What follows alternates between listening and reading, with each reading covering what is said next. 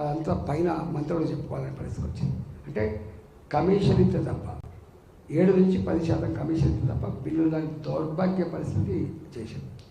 నేను అంటున్నా ఇవాళ అప్పులు ఫైనాన్స్ డిపార్ట్మెంట్ పరంగా మాకున్న ఎలిజిబిలిటీని బట్టి అప్పులు తెస్తుంది తప్ప ఎలిజిబిలిటీకి విరుద్ధంగా అప్పులు తెచ్చే ప్రసక్తి లేదు.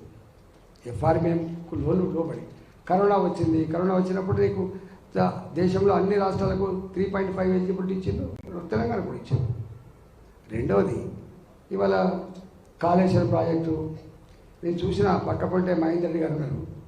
మహేందర్ రెడ్డి గారిని అడగాలి, మరి మంత్రులుగా మీరు ఎట్లా పనిచేసారు కేసీఆర్ దగ్గర అంటే చెప్తారు. ఇవాళ చాలామంది కేసీఆర్ దగ్గర మంత్రులుగా పనిచేసిన వాళ్ళు జూపల్లి కృష్ణారావు గారు ఉన్నారు, వాళ్ళ దగ్గర ఖమ్మం నాగేశ్వరరావు గారు ఉన్నారు, తుమ్మల నాగేశ్వర గారు ఉన్నారు, అదే కడియం శ్రీఆర్ గారు ఉన్నారు, అదేవిధంగా ఈయన కూడా ఉన్నాడు, మహేందర్ రెడ్డి గారు ఉన్నారు. వీళ్ళంతా మంత్రులుగా పనిచేశారు.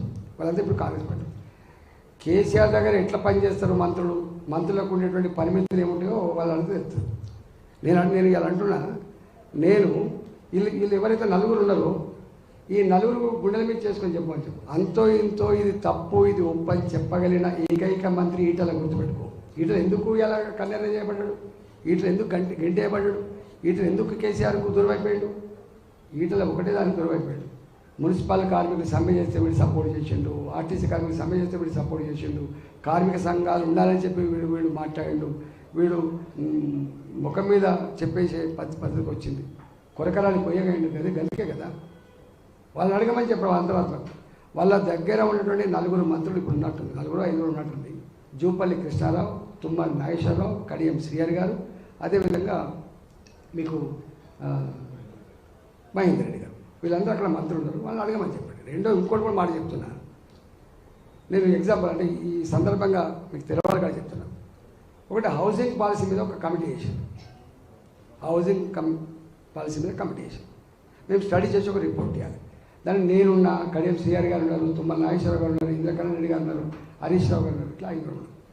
మేము స్టడీ చేస్తూనే ఉన్నాం, హౌసింగ్ దాని మీద స్టడీ చేస్తూనే ఉన్నాం. మా రిపోర్ట్ రాకముందే డిక్లేర్ చేసి పాలసీ డిక్లేర్ పడేసాం.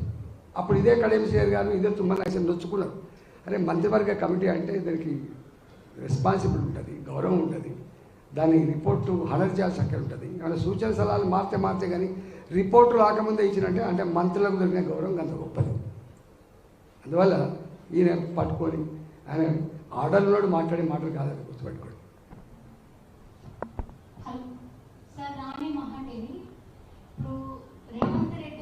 రెడ్డి వాళ్ళ ఓట్లంతా తమకు వేయాలని చెప్పేసి ప్రచారం చేస్తున్నారు. మరి నేనేమో అన్ని వర్గాల వారికి నేను మద్దతు ఇచ్చాను, వాళ్ళ కాపుల సమయంలో నేను వాళ్ళకు ఉద్యమంలో సపోర్ట్ ఇచ్చాను అంటున్నారు. మరి రెడ్డి సామాజిక వర్గం మీకు ఓట్లు వేస్తారంటారు? మరి ఎప్పుడు ఒక రాజకీయ నాయకుడు కానీ ఒక పార్టీ కానీ కులం పునాది మీద ఎప్పుడు విజయం సాధించదు. సత్తా ఉన్నవాడు, కెపాసిటీ ఉన్నవాడు ఇట్లాంటి ప్రస్తావన చేయడు.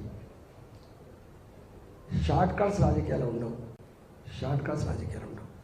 ఉంటాయి, టెంపరీ ఉంటాయి. ఇవాళ నేను కూడా వింటున్నా, ఎల్బీ నగర్లో మొత్తం వాళ్ళ తమ్ములను పెట్టి ఇంటింటికి పంపించి మన సామాజిక వర్గాన్ని ఓటేసుకోవాలని చెప్పి నాకు కూడా ఫీడ్బ్యాక్ వస్తుంది. మా వైఫ్ పోతున్నప్పుడు వాళ్ళ చుట్టాలు కూడా వాళ్ళే కాబట్టి పోతున్నప్పుడు అంటున్నాడు, గిట్ట వచ్చింది అమ్మమ్మ ఇళ్ళకు గిట్ట చెప్తాను, మొన్ననే ఎత్తివి నీకు మళ్ళీ ఎందుకు ఎత్తావు, నీకు మాకు ఇప్పుడు కులం లేదు మతం లేదు, మాకు మోడీ గారి ప్రధానమంత్రి కావాలి, ఈటల మాకు తెలుసుకో అని చెప్తున్నారని మా ఆవిడ చెప్తున్నారు. అంటే దిగజారుతనానికి పరాకాష్ట. ఎప్పుడు కూడా ఇది సమాజంలో వస్తే మంచిది కాదు. ఏ కులానికి ఆ కులమే ఓట్లేసుకుంటే వ్యవస్థ నడుస్తుందా ఒకసారి అర్థం చేసుకోండి. కులం పునాది మీద పర్మనెంట్గా విజయం సాధించలేదు. ఇవాళ అది మంచిది కూడా కాదు, వాళ్ళకే దీర్ఘకాలికంగా నష్టమవుతుంది. రేపు ఆయన కూడా చాలాసార్లు అన్నాడు, పాలించేటోళ్ళం మేమే, పాలించే కెపాసిటీ ఉన్న మేమే, పాలించేటువంటి జాతి మాది అని చెప్పి పిచ్చిగా మాట్లాడే సందర్భాలు ఉన్నాయి. ఎప్పుడో ఒకనాడు దాన్ని ఆ మాటలు అర్థమైనటువంటి ప్రజలు చైతన్యవంతమైన నాడు సంగతి అని చెప్తారు. ఇట్లా ఇంత అహంకారం పనికిరాదు, ఈ కుల ప్రాతిపదికన ఉండేది కూడా మంచిది కాదు. మేము అట్లా ఉంటే గిన్నిసార్లు గెలవం. ఇవాళ మేము ఒక్కొక్కసారి 80,000 మేయాలతో గెలిచాం, 78,000తో గెలిచాం ఒక్కోసారి. అంటే అన్ని వర్గాల ప్రజలు ఓట్లేయకుండా, అన్ని వర్గాల ప్రజలు ప్రేమను పొందకుండా ఈ స్థాయికి రాము. ఆయన ఏదో టెంపరీ ఆయనకి ఏమైంది, మల్కాగిరిలో ఎట్లన్నా చేసి ఈటల అన్నట్టు ఓడగొట్టాలంటే ఏం చేయాలి, ఓ మందిని మార్పాలు దించిండు, మొత్తం ఇంటెలిజెన్స్ వాళ్ళు దించిండు, పోలీసులను దించిండు, ఈటల గారి మీద మెసేజ్ ఇవ్వద్దు. ఏం చెప్తున్నాడు, ఒక నీకు అంత గొప్పది కాదు, ఎలక్షన్లలో గొప్ప వాళ్ళు శక్తిమంతులు ప్రజలు తప్ప ప్రభుత్వం కాదు. గట్లంటే మన ప్రభుత్వం ఉంది కేసీఆర్ది, మన ఆయనే గెలవాలి. ఎందుకు ఓడిపోయింది, మరి గెలవాలి కదా ఆయన, ఎందుకు ఓడిపోయింది? ప్రజలు చరిత్ర నిర్మాతలు, ప్రజలే గొప్పలు తప్ప దీంట్లో ఎవరు గొప్పలు కాదు. ప్రజలకు అంత చిల్లర సంకుచిత మనస్తత్వం లేదు.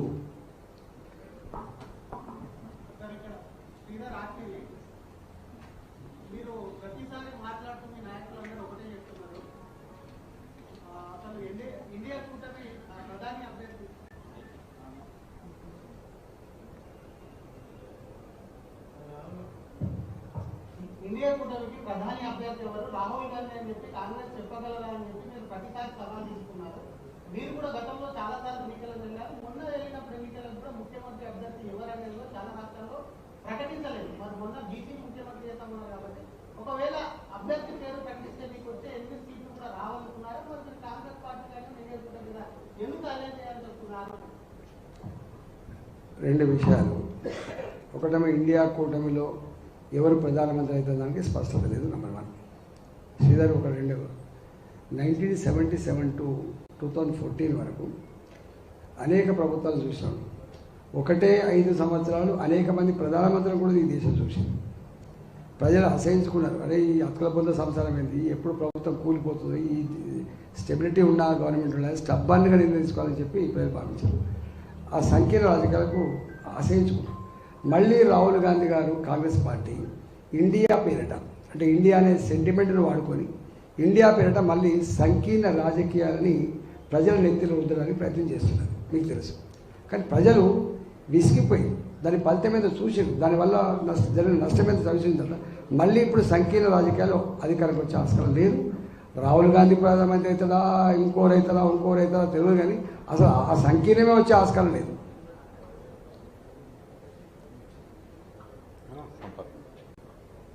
సార్, నా పేరు సంపత్ కుమార్ సార్. ఈటెల రాజేందర్ అనే వ్యక్తి ఒక ప్రగతిశీల ఉద్యమాల నుంచి వచ్చిన వ్యక్తి. అనేక ఉద్యమాలు, తెలంగాణ ఉద్యమాలలో కూడా పాల్గొన్న వ్యక్తి.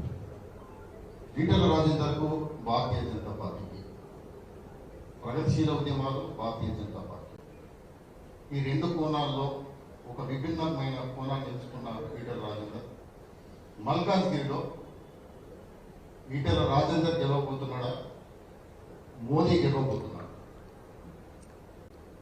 ఈ ఎన్నికల్లో నేను ముందు చెప్పినట్టున్నా, ఈ ఎన్నికల్లో ఫస్ట్ టైం ట్రెండ్ సెట్ అయింది.